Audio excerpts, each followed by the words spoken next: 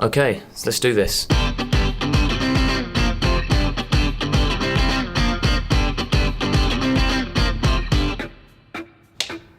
So what are you thinking about when it comes to commerce?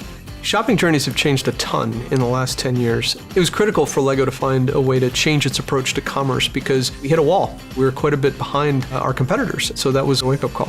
7 years ago at McDonald's, we had 4 consumer journeys. Today we have 28, and we're going to keep growing. The world has evolved, and from an omni-channel standpoint, as a brand, you need to meet the consumer at all the different stages of that journey. It's more of a challenge than it ever has been before, because you're trying to own that conversation throughout.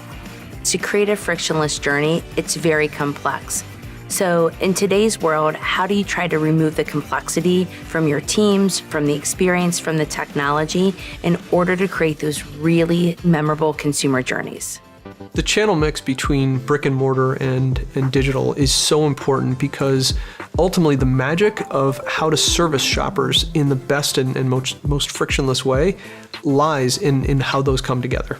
We really were not operating audience first. We had to fundamentally shift our planning, our approach to data and insights, the way that we work with retailers, the way that we work with our own branded retail. We realized that we were going to be left in the dust if we didn't make that change.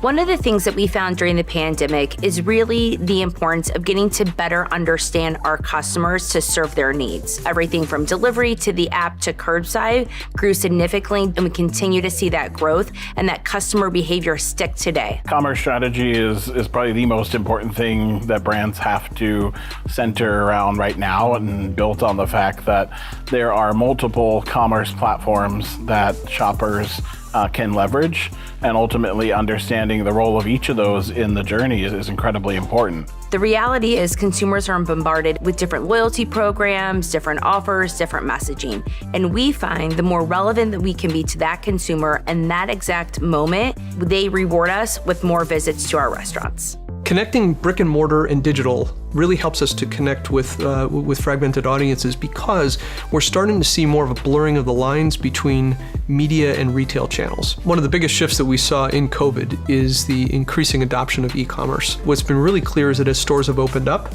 we've seen brick and mortar be largely incremental to our business. And I think it's actually helped us in progressing our journey in terms of really thinking about channels and their unique value and how we need to plan them differently.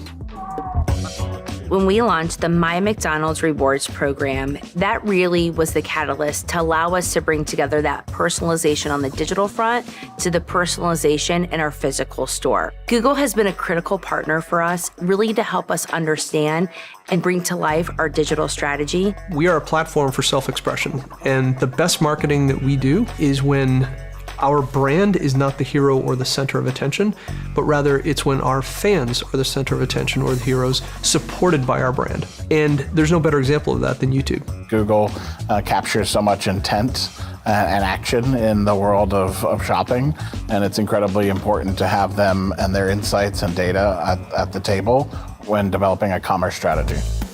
Throughout all of the consumer journeys that we have, there's really these key moments that matter. It's make or break, and we have to get those right for our customers. Innovating in the commerce space is so important for brands because change is the constant now. Technologies and consumer behaviors, shopper behaviors are all changing so rapidly that without innovation, you'll quickly get left in the dust. Brands need to develop a seamless end-to-end experience for their shoppers. If you don't, somebody else will. It starts with the customer. Where their needs are, how are they evolving, what do they want? And if you build that, you're gonna succeed. We got it. Okay. We are done. Cool. Awesome. Thank you. Okay.